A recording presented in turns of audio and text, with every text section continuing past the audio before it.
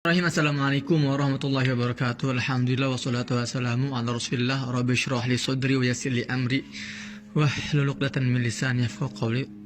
Rabbana zidna ilma. Teman-teman, sebetulnya udah lama banget, sudah bertahun-tahun saya pengen banget bikin video ini, pembahasan yang benar-benar super penting. Kalian harus tonton, kalian harus simak dengan seksama, dan kalian harus share video ini.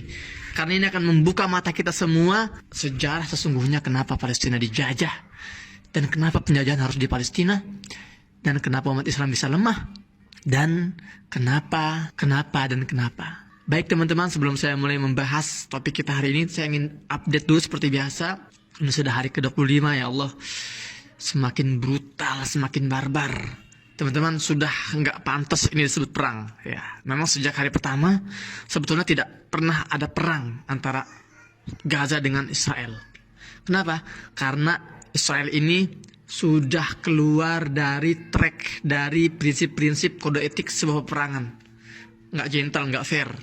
Perang itu antara kekuatan bersenjata melawan kekuatan bersenjata. Para pejuang Gaza ketika menyerbu masuk ke wilayah jajahan Israel, itu yang mereka bunuh itu adalah para militer. Sementara sipil itu mereka lepaskan, atau mereka tawan, sipil mereka tawan. Itulah peraturan perang. Tapi yang terjadi di Gaza ini, jajah tempur ini nggak pernah mentarget para pejuang, tapi apa? Sipil, wanita, anak-anak. Yang terbaru ini beberapa menit yang lalu, sebelum saya tag video ini, pembantaian sangat besar di wilayah Jabalia, pemukiman padat penduduk, pengungsian Jabalia di wilayah jalur Gaza bagian utara. Ya Allah, itu benar-benar 6 ya, yang saya dengar tuh ada 6 roket berkekuatan huludak yang sangat besar. Satu roket itu 1 ton beratnya, itu dipujamkan ke pemukiman padat penduduk. Menurut Kementerian Kesehatan tadi katanya sih mungkin sampai 400 perkiraan jumlah korban jiwa hari ini. Di wilayah Jabalia doang ya, belum di Nusairat. Tadi juga ada pembantaian di jalur Gaza bagian tengah, dan di sekitar saya pun masih banyak ledakan terjadi. Hari ini benar-benar hari yang sangat berdarah. Mungkin nggak lagi akan keluar berita korban jiwa mencapai lebih dari angka 9.000 dan korban luka ini sudah 22.000, ya Allah. Baik teman-teman, jadi sekali lagi memang sudah keluar dari jalur pertempuran kode etik peperangan, karena yang dibunuh sipil, tim medis, jurnalis, dan ini benar-benar genosida. Nggak logis. Mereka beralasan melindungi diri atau ya self defense, tapi yang mereka bantai ini sipil. Nggak nyambung banget teman-teman, ya Allah. Oke teman-teman, saya akan masuk ke pembahasan selanjutnya. Jadi gini teman-teman, ketika Barat ini ingin menjajah Palestina, mereka ini tidak sekedar ya ujuk-ujuk misalnya oke, kita tentukan Palestina sebagai tempat yang kita jajah. Enggak. Dan itu enggak semudah itu mereka merebut Palestina. Semua saling berkaitan. Keruntuhan Turki Utsmani, kemudian Perang Dunia Pertama, Perang Dunia Kedua. Jangan kita kira ini sebuah kebetulan. Semua itu disetting. Jadi mohon maaf ya, kalau kita merasa bahwa Perang Dunia Pertama ini yang kita pelajari ya, itu katanya alasannya kan karena ada konflik antara Hungaria, Austria, kemudian ada antara Jerman dan Inggris, itu kan. Pecahlah Perang Dunia Pertama dari tahun 1914 sampai 1918. Itu yang kita pelajari di buku-buku sekolah.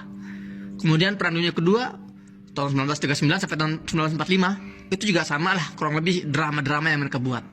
Kalau kita mau membaca siapa ya penyebab Perang Dunia Pertama ini dan Kedua, satu kubu.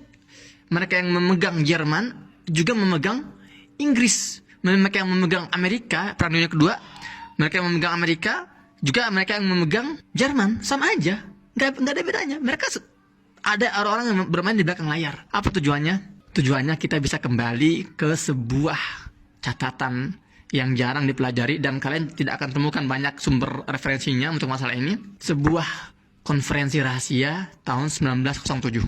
Sekali lagi, ingat dan catat kata-kata ini. Tanggal ini, tahun ini, 1907. Tahun 1907 ada sebuah konferensi rahasia. Sebagian menamakannya Imperial Conference. Ya, kalian bisa cek di Google ya, silahkan. Tapi nggak akan banyak data yang bisa kalian dapatkan. Saya akan menjelaskan secara singkat aja di sini.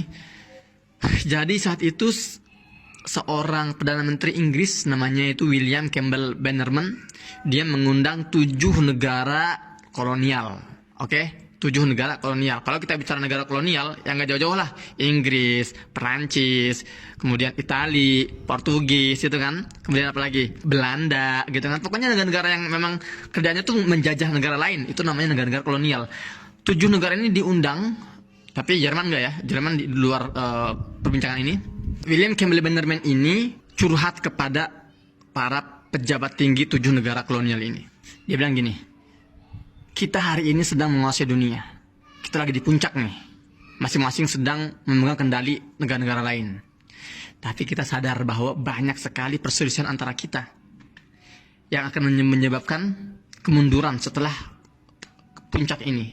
Artinya akan turun ke bawah. Dan kalian tahu, ancaman terbesar dari sebuah kolonial adalah umat Islam. Dan di situ ditegaskan oleh Campbell Bannerman. Akhirnya dia nanya gini dulu nih, Campbell Bannerman ini. Kalian mau tetap di puncak atau kalian mau jatuh sesuai prediksi yang sudah kita buat kita analisa gitu kan. Semua sepakat, kita mau tetap di puncak, kita mau solusi. Oke, Bannerman lalu membagikan peta dunia Arab. Oke, sekarang kita akan pindah ke dalam karena sudah mulai gelap juga nih. Saya akan kasih lihat kalian petanya biar kita juga semua bisa meresapi cerita ini atau kisah nyata ini, oke? Jadi saat itu William Campbell Bannerman ini